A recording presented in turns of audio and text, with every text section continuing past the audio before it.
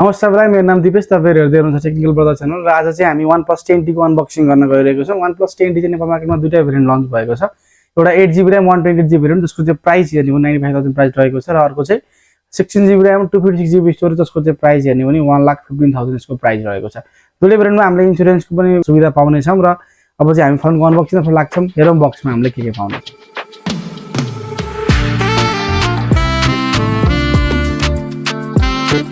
OnePlus 10T को phone को जुन बक्स चाहिँ जुन एज अलवेज रेड कलर को बक्स रहेको छ र यसको अब हामी अनबक्सिङ गर्न लाग्छौं र अनबक्सिङ गर्दाखेरि चाहिँ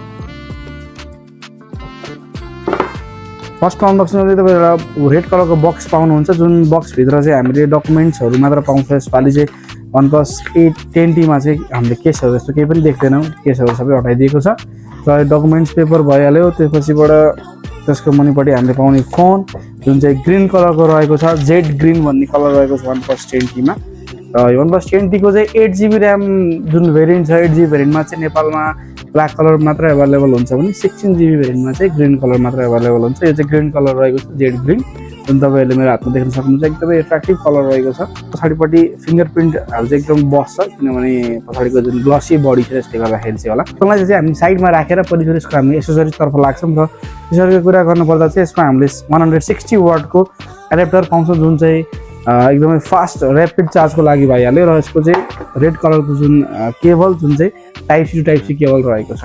अब चाहिँ हामी फोन तर्फ लाग्छौं, फोन बुट गर्छौं। फोन बुट गर्नुभन्दा अगाडि हामी यसको पोर्ट्स एन्ड बटनको कुरा गर्नेछौँ र पोर्ट्स एन्ड बटनको कुरा गर्नुपर्दा यसको चाहिँ हामीले मुनिपटि टाइप सी पोर्ट पाउँछौँ। यसको साइडमा भनेको स्पिकर ग्रिल र अर्को साइडपटि भनेको सिम ट्रे पाउँछौँ र यसको राइट साइडपटि हेर्ने हो भने चाहिँ पावर बटन पाउँछौँ भने लेफ्ट साइडपटि हेर्ने हो भने चाहिँ volume up and down button पाउँछौँ। यो फोनको इन एन्ड फिलको कुरा गर्नुपर्दा चाहिँ जुन चाहिँ बिल्ड क्वालिटीको कुरा गरौँ र बिल्ड क्वालिटीको कुरा गर्नुपर्दा चाहिँ यसमा वेटको कुरा गर्दा 204 ग्रामको जस्तो वेट रहेको छ जुन चाहिँ एकदमै हेभी जस्तो लाग्छ तर हातमा देख्दा जस्तो हेभी छैन। फोन एकदमै लाइट वेट छ। ब्याकमा चाहिँ हामीले यसमा कर्निङ गोरिल्ला ग्लास 5 को प्रोटेक्सन पाउँछौँ र ग्लास बिल्ड क्वालिटी रहेको छ ब्याकपट्टि र फ्रन्टमा पनि कर्निङ गोरिल्ला ग्लास 5 को प्रोटेक्सन र फ्रन्टमा त ग्लास बिल्ड भइहाल्यो।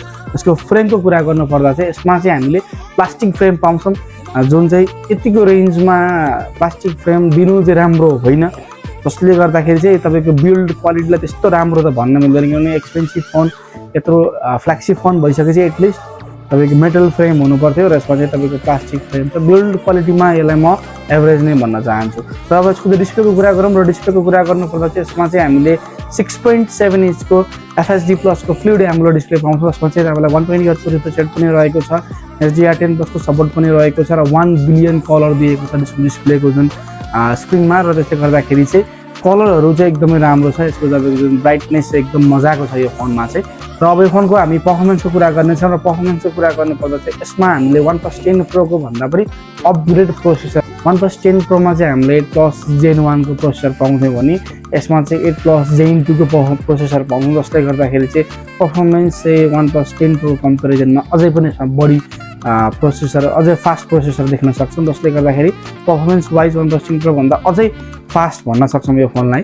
र यसको 16GB भेरिएन्ट छ जसले गर्दाखेरि चाहिँ बेन्चमार्क स्कोर हेर्ने हो भने चाहिँ यसको अराउन्ड 10,64,000 को बेन्चमार्क स्कोर रहेको छ जसले गर्दाखेरि चाहिँ यसलाई OnePlus को फोन मध्ये चाहिँ one of the fastest phone बनाउँछ।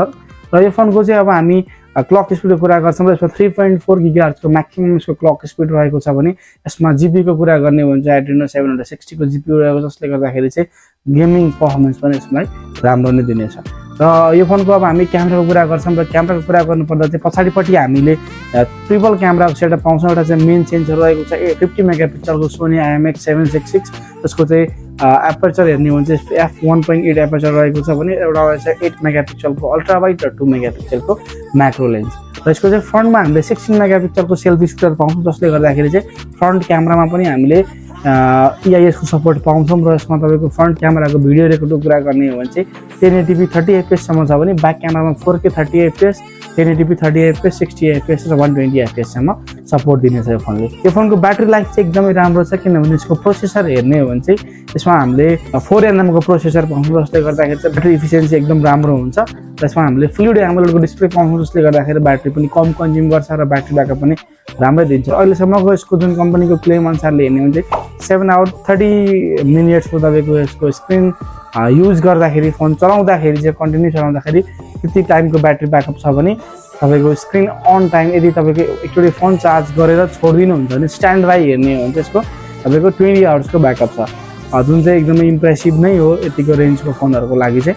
यो OnePlus 10T को चाहिँ आज हामीले अनबक्सिङ भिडियो बनाएका छौँ र आजको लागि चाहिँ हाम्रो भिडियो यति नै रहेको छ र अब हामी नेक्स्ट भिडियोमा चाहिँ यसको फुल रिभ्यू दिनेछौँ तपाईँहरूको लागि। यति बेलसम्मको लागि चाहिँ हाम्रो भिडियोहरू हेर्दै गर्नु होला। हस्, धन्यवाद।